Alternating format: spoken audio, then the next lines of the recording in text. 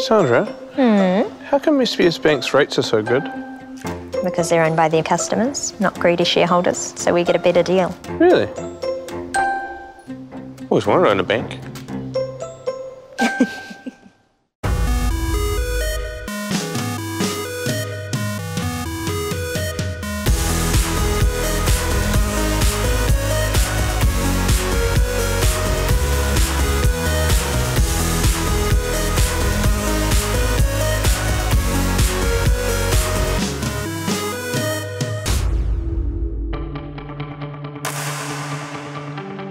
Welcome to the Deep South and the SBS Bank Tour of Southland, one of New Zealand's longest running sporting events and the most prestigious cycling title in the country. The list of past winners is a literal who's who of New Zealand cycling greats, whose name will we add in 2017. This is the 2017 SBS Bank Tour of Southland. Picture postcard conditions greeted riders for Monday's opening road stage from Invercargill via Western and Northern Southland to Lumsden. After some early breakaway attempts were thwarted, two riders got off the front around 60 kilometres into the stage. Kia Motors' Ascot Park Hotel's Eric Marcotte and Business South's Callum Gordon got out to a lead of almost 4 minutes. But in energy-sapping heat, the peloton was always in control and reeled the leaders in for a bunch sprint finish down Lumsden's main street. And what a finish it was, Taranaki's Michael Torkler of Blinds Direct taking the stage win in a photo finish ahead of Powernet's Roman van Newton. An early statement from Torkler, who sits second in the general classification behind van Newton, who'll spend another day in yellow as the Tour heads to Te Anau.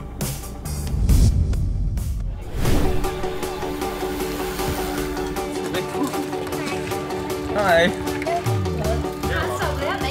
I had a pretty bad wreck earlier. I got hit by a car and had broken jaw, broken elbow, broken knee. I was back in June, so just 6 weeks off the bike in the hospital, and it's great to be back and full training, you know. I've been told by my teammate Grayson it's just going to be some hard racing.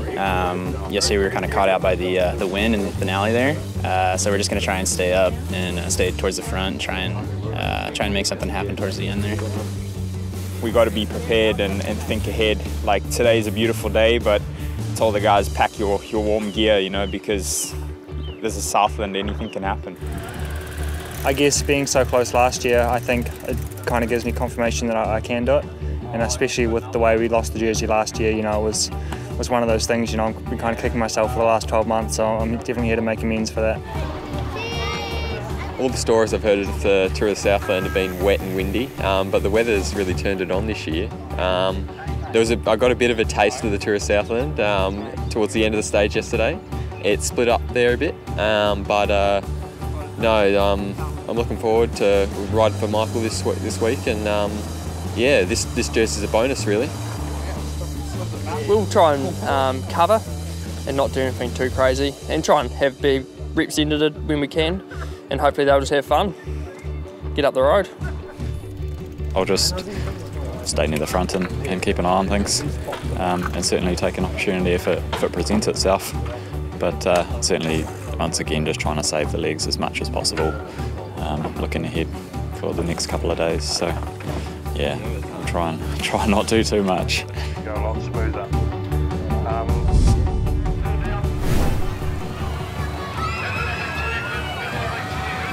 Yet another fantastic day here for this SBS Bank Tour of Southland. These riders going to be racing in conditions of up to 25, 26 degrees here, 2 days running, Doug. Unheard of weather really for the first couple of days of this race, and the riders will be relishing the conditions. I know some of the stronger GC contenders want rougher conditions, but every day like this is a day closer to those pivotal stages later on, and some of the riders further back in the field will be just thanking their lucky stars. Today's stage throws up a number of hills along the way, some undulating terrain as they make their way towards Tuatapere, then the long straights which traditionally bring up a bit of wind into the blockhead winds before Blackmount and into the traditional finish of Te Anau. Wonderful location, Riverton, one of the gems of Southland, and a day like today you probably wouldn't get a better day out in Riverton. Here we go again, right from the gun. This is just coming on the outskirts of Riverton, but a wonderful seaside coastal town in Southland. Great supporters of the SBS Bank Tour of Southland too. Now we see towards the forefront of the race here, the man in the Harcourt Sprint Ace jersey, the former New Zealand champion James Williamson, keeping a close eye on things here. It looks like he's going to go for some of the early points available here and try and accumulate a bit of a decent lead here going into the day 2 of the tour. Man, this is hot. This is really hot for a start. This is one of the fastest stage starts we've seen for a long time in the SBS Bank Tour. That was number 83 from the Central Bench Makers Will Bike team. They led out yesterday in the stage start too, so a bit of carnage going on at the back. There's always that yo-yo effect. You can see it strung out single file. Big hill climb coming up in the distance. Here's the first hill climb of the day, and again it's only 3 or 4 kilometres into the race, so already a sprint under the belt, and if you're not well warmed up you're going to get caught out very quickly. Interesting to note, a few of the PowerNet boys already appearing, and the familiar colours again of the Kia Motors Ascot Park team in red. One thing I think you underestimate watching this footage is the absolute scrap that goes on to get into these front moves. There's so much pace goes on, and it's so hard to get into this front group, get in that front sprint. Once you're there, things settle down a bit. You can see there a bit of a wave to the camera, but gosh, the pace is so hot this morning. A lot of decision making has to be made very, very quickly in bike racing, but particularly in the tour in the opening stages here, as you said, trying to establish themselves in the early breaks. As we see, a former King of the Mountains, Joe Chapman, is going to lead out one of his teammates into the first of the hills of the day, and the sprint is on to try and secure those points. You say sprint, this is actually the top of a quite steep climb coming out of Riverton, and these guys are really motoring. There's a bit of a gap appearing at the back. It'll be interesting to see if they stay away. A nice couple of points there for Ben Barry from the L&M Group Rico Creation Science team. A pretty late starter to cycling, but obviously quite a good climber. Here we can see one of the Total Pos Solutions boys now starting to go off the front. 101, Ben Robertson from Canterbury. A lot of strong contenders from Canterbury, and there has been over a number of years, but he's the man who's decided to head off the front. He's had the nod from the team to try and stretch things out as they looks like they're approaching yet another one of the sprints, this time into Colac Bay, and it's the green jersey once again to the forefront. Crucial points for James Williamson, isn't it, really, before a break gets away, or if it does get away, he's got some points in the bag for this stage already. An outstanding footage here of the Southland terrain as they make their way towards Tuatapere along the coastal roads. And here's the Mike Greer Homes team. Matt Zenovich, the man out in front here, being joined by one of the men in the red from the Kia Motors Ascot Park team, and one of his own members of his team here, the former King of the Mountains from last year, Tim Rush. An interesting mix here again. You see these Kia Motors Ascot Park team who are on the move yesterday again. Once again, they're here to race. It's interesting to see Matt Zenovich out the front of this race. I thought Matt's strategy today and the Mike Greer strategy might have been conserve a wee bit. It's a long race. There's a lot of climbs, a lot of pivotal stuff. And who's sneaking across on the back of here? Once again, the yellow jersey on the back of Roman van Uden from PowerNet. Interesting stuff. The sheer strength of the man in the yellow jersey. He is stamping his authority, controlling this race and bringing it back into the peloton. They won't be happy to see the man in yellow tailed onto the back of them here in this break. Another breakaway off the front of the race, and it's the Skoda racing team. We've seen a bit of them so far, and that looked like one of the Tank Guy team members jumping off the front of the group. But it's cat and mouse at the stage. The conditions are just so good, Julian. There's no bent over trees, there's no hail and sleet, and trying to get away in conditions like this is really, really hard. Yes, very, very similar to yesterday. The difficulty of trying to get away with these fine conditions. So they're going to have to really think about how they can utilise the terrain to do so. And it's the man from Auckland, Leach, Bradley Leach, one of the young guys here in the Team Skoda racing team. He's the man rolling through. They'll be hoping that they're going to be joined by a few others because she's a long way through. It's 150 kilometres today as we see a couple more riders now coming to join them. Andy Hagan from the Wheelworks Handcrafted Wheels team has just jumped across on his wheel. Rion Nolan from the ITM team. So it's 2 Masters riders, 2 under-23 riders. There's always a bit of experience and youth mix. It always works, Julian, doesn't it? Absolutely, and it's great to have that experience in a breakaway such as this here. They'll get themselves well organised, and of course the guys in the Masters jersey, this could be a very masterful stroke by these guys here, because they know that Paul Odlin is in the Stonewood Homes silver jersey working for the PowerNet team, so they're going to try and open a decent gap on the likes of him as they make their way through Tuatapere here. So they're approaching 50 kilometres into the stage. Back at the peloton now, at the base of the famous Black Mount climb. There'll be a bit of nervousness in the group, although that is a big group.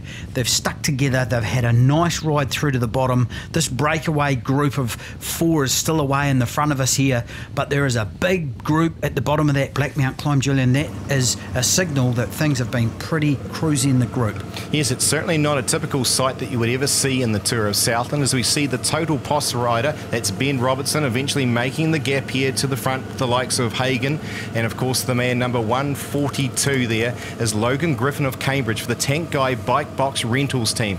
They're the three now establishing themselves up the Black Mount Hill. This is about 3/4 of the way into the stage as we scan our way back here. It is Vink and co with Zenovic, his teammate, leading him up here. They're about 2 minutes behind onto the base of the hill. Very controlled and measured peloton. Matt Zenovic obviously doing a job for his teammate Michael Vink, setting a nice pace. Paul Odlin back there in the Stonewood Homes Masters over 35 jersey. He's looking nice and comfortable. The front of the race, number 101, the rider from Total POS Solutions, Ben Robertson, is looking quite comfortable coming up to the top. Gets quite steep. Number 151 there, and second, Andy Hagan from Wheelworks Handcrafted Wheels. He's looking comfortable too. They've had a long day out, these guys, and it's Hagan who is going to take the hill climb and take the King of the Mountains points for the Black Mount Hill. What a ride. That is quite a big effort from this guy, isn't it? That's a powerful effort by the Wellingtonian here as he opens up a decent gap going over the crest of the hill. They'll rocket down the other side and get up to speeds of over 100 kilometres an hour in conditions such as this here today. More importantly will be what are the time checks starting to happen here with this chasing peloton, as we see Brad Evans, the 2015 champion in the blue colours of PowerNet, taking a drink for himself. The race is now on as they make their way down the other side towards Manapuri. The strategy from Brad Evans has been quite interesting in this stage and in yesterday's stage through to Lumsden. He's obviously conserving his efforts, staying out of trouble. He's won this race before. He knows exactly what he's got to do, and Brad Evans is really riding quite a conservative ride and is going to be a real interesting ride to watch as this race progresses. So as the riders now start to make their way down towards Manapuri, we can see some of the breaks starting to happen off the front as they've captured that lead group now, and it's now down to about 50 riders who are going to try and contest the sprint finish into Te now this afternoon. As we see again, one of the Kia Motors Ascot Park team, they're very keen. They are very sprightly all throughout each of the stages here, as every one of them wants to have a crack at it today, Doug. You got to hand it to these riders in the SBS Bank Tour, Julian. They come down, they're motivated, they come to race. It's so aggressive. You can see here Brad Evans, we've just been talking about him and his strategy. He's not far off the pace, but he's not forcing the pace either at the front of the groups. He's riding a very, very intelligent bike race. But yes, the level of enthusiasm shown here by these guys every stage is just fantastic. Interesting to note too, the tall figure there of the ITM rider from Australia, Kane Richards, and he's a young man fairly new to the sport, as my understanding. He sort of comes from a bit of a triathlon background, so he's mixing it with some of the country's top cyclists here in tour racing as Evans drives it a bit here. He'll be surprised that they've allowed a little bit of a gap here. We saw this yesterday as we saw Torkler and co try and sneak off the front in the closing kilometres. Evans looking like he wants to do a similar affair. Outskirts of Manapuri, still probably a good 30 kilometres left of the race. You can see now they've come through Manapuri, so we're about 20k out. So the attacks are going to come thick and fast. That is a beautiful scenic view across the lake. The conditions today are, as we've said all the way through, absolutely stunning. Cyrus Monk, the man from Australia, has been given the nod from the team to hit to the front here. He was well performed yesterday in the top handful in the sprint finish. He's also a very good hill climber as well, so it'll be interesting to see him in action tomorrow. But you can see the effects that are happening. Just as we saw yesterday, going into the last 20 kilometres, the big hitters are hitting the front, and that is stretching them like a rubber band here as they make their way towards Te Anau. And the pressure continues on the front from the Calder Stewart team. A sprint preem through Manapuri, and the pressure continued on there and has caused the split. Taylor Gunman from the Kia Motors Ascot Park team has snuck away. Very intelligent move from Taylor Gunman, and I don't believe the rest of the field has cottoned on to this. No, I think you're absolutely right, Doug. They're starting to look around over their shoulders, this breakaway group. You got the Harcourt Sprint Ace in amongst it there as well. There's a gap now starting to open up very quickly, and it's the man we just mentioned a few moments ago, Kane Richards, who's doing a mammoth effort to get across the former New Zealand time trial champion Taylor Gunman. You've got to be impressed with the Kia Motors Ascot Park Hotel. These guys have raced this tour a lot. Paul Clark's involved in the team.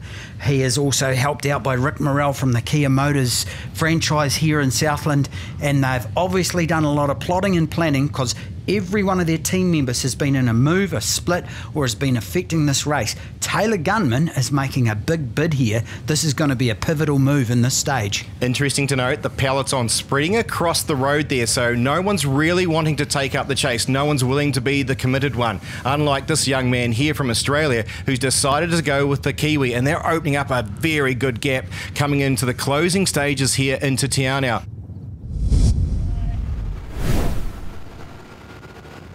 Back in the peloton with 10Ks to go. There'll be a few weary legs in here from this day's racing, but it's a big number of riders in the peloton, Julian, and they'll be so happy to have got through this far with such a big number in the group. You're absolutely right. There'll be some there to be thinking just happy to be home, others who'll be starting to lick the lips thinking they could take out the stage. They've allowed 25 seconds to open up very quickly as these boys here are starting to drop down into the Te Anau township here, and they're not letting up. This is their bid for glory. Taylor Gunman will be wondering just what's in the tank here of the Australian rider Kane Richards from the ITM team. An unknown sort of rider, probably hasn't done an awful lot in Taylor Gunman's world of cycling, but they're driving it.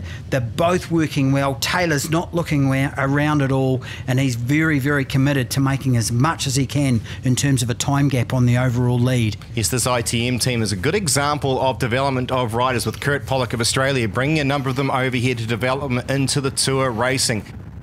Here we have Blinds Direct, along with Power Nets and Placemakers up there in the mix as well, sharing the workload, trying to shut down this 25-second gap. But those two out in front, Doug, are looking very, very committed.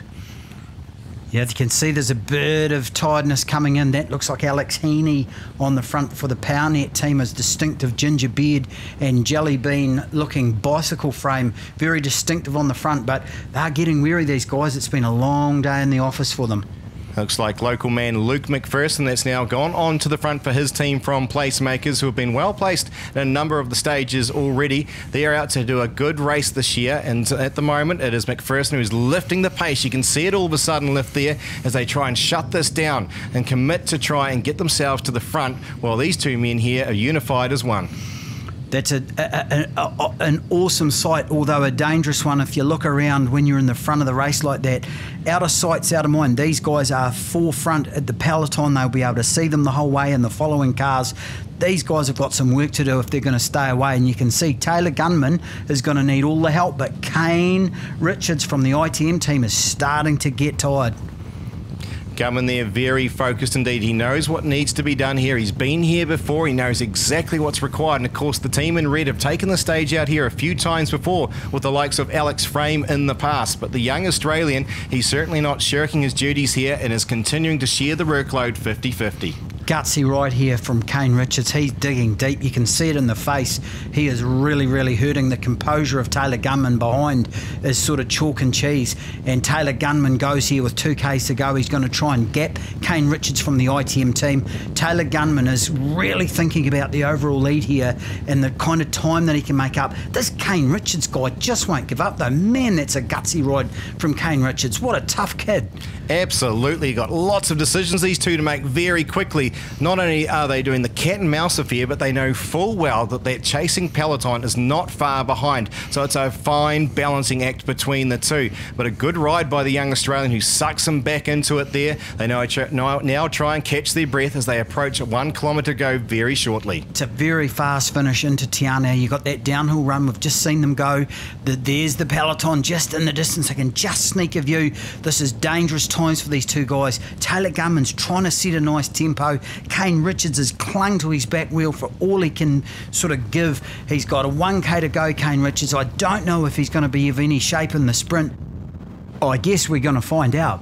So Kane Richards is the man that's been put onto the front by the experience of Taylor Gunman here as they approach about 800 metres to go. The man on the front is winding on up. Taylor Gunman, you can see him have a quick look over at the peloton there. They are closing in. This is like Groundhog Day from yesterday in Lumsden, where they allowed a gap to open up and then they come swamping in on them. Are we going to see the same today as Gunman tries to entice the young Australian to go a little bit early, but he's going to have nothing of it here as Gunman goes down onto his shoulder here and starts to pick the pace up, and it looks like the young Australian just hasn't got anything in the tank as Gunman opens up a decent gap. The man in yellow's up towards the front as well as they make their way to the finishing line. Gunman has time to salute the crowd. It looks like the young Australian Richards there took himself out second place, and local man Nick Kirkazu should get the nod from the judges for third place. But a fantastic effort there by the former national champion Taylor Gunman to add yet another stage victory to his impressive resume in this Tour of Southland.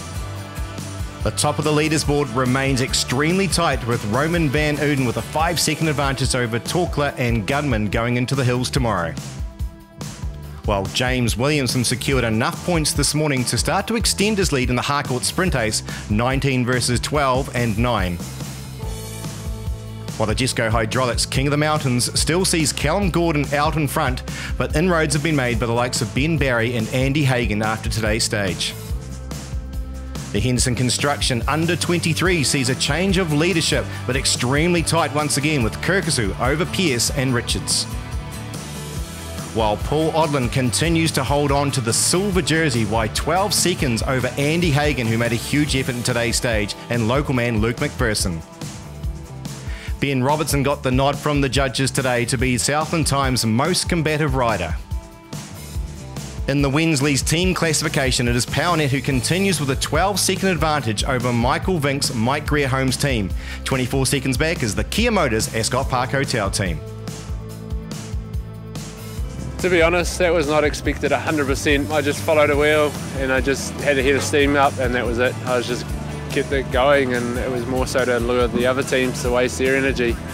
But you know, our boys got a good sit, and let's hope it pays off tomorrow.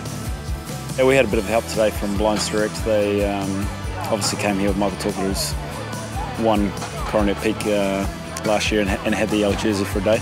So we know that they're definitely got one thing on their mind, and that's to win the Tour. So they were keen to help us out a little bit today. I expect we might see a little bit from some other teams tomorrow, but in the same time they'll still be trying to get riders up the road.